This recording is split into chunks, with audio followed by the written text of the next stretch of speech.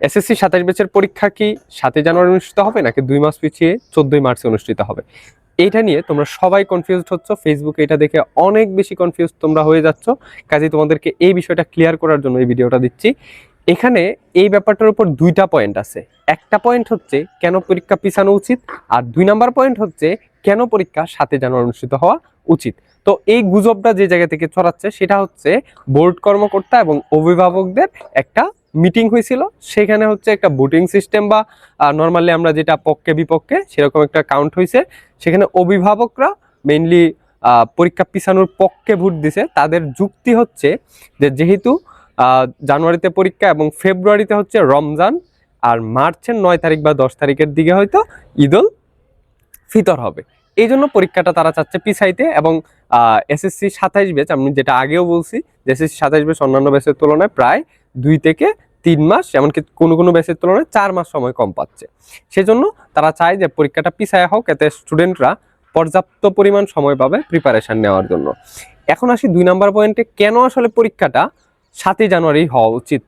এইটার পিছনে শিক্ষামন্ত্রী বা শিক্ষা মন্ত্রণালয়ের যে যুক্তি, 1 নাম্বার যুক্তি হচ্ছে যে এই স্টুডেন্টরা যেন কোনোভাবেই ইয়ার লস না পড়ে, মানে সেশন জটে যাতে না পড়ে, তাদের যেন বয়সের সাথে যে শিক্ষার যে হার বা তাদের যে শ্রেণীতে পড়ার কথা তারা যেন সেই শ্রেণীটাতে পড়ে, তারা যেন কোনো ক্ষেত্রে পিছায় না পড়ে বা সেশন জটে না পড়ে।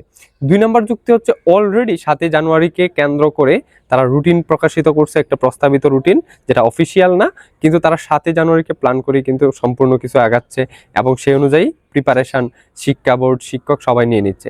এখানে শিক্ষকদেরও একটা মতামত আছে। শিক্ষকদের একাংশ এখানে বলতেছে যে টেস্ট পরীক্ষা বা প্রি টেস্ট পরীক্ষার পরে স্টুডেন্টরা কিন্তু আর স্কুলমুখী থাকে না, কাজেই আমরা যদি পরীক্ষা পিছায় নেও সেক্ষেত্রেও স্টুডেন্টরা আমাদের কাছে আসবে না, স্কুলে আসবে না, তারা কোচিংমুখী হবে বা কোচিংয়ের দিকে ধাবিত হবে।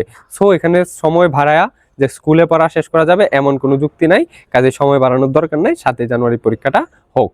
তবে 27 ব্যাচে যারা আছে তোমাদেরকে ভাই একটা কথা বলতেছি, তোমরা এইসব ফেসবুকের নিউজ টিউজ বাদ দিয়ে জাস্ট পড়াশোনা করো। তোমরা 7 জানুয়ারিকে টার্গেট করে পড়াশোনা করো। তোমাদের টেস্ট পরীক্ষার সামনে টেস্টকে টার্গেট করে পড়াশোনা করো। টেস্টের আগে অন্তত একবার সিলেবাসটা শেষ করার চেষ্টা করো। তোমরা যারা এখনো পড়াশোনা ভালো করে শুরু করোনি বা একদম শূন্য লেভেলও আছে, তোমরা চাইলে আমাদের ড্রিম প্লাস কোর্সে ভর্তি হতে পারো, যেখানে আমরা টেস্ট পরীক্ষার আগেই মাত্র 70 দিনে তোমাদের সম্পূর্ণ সিলেবাসটা শেষ করে দিব।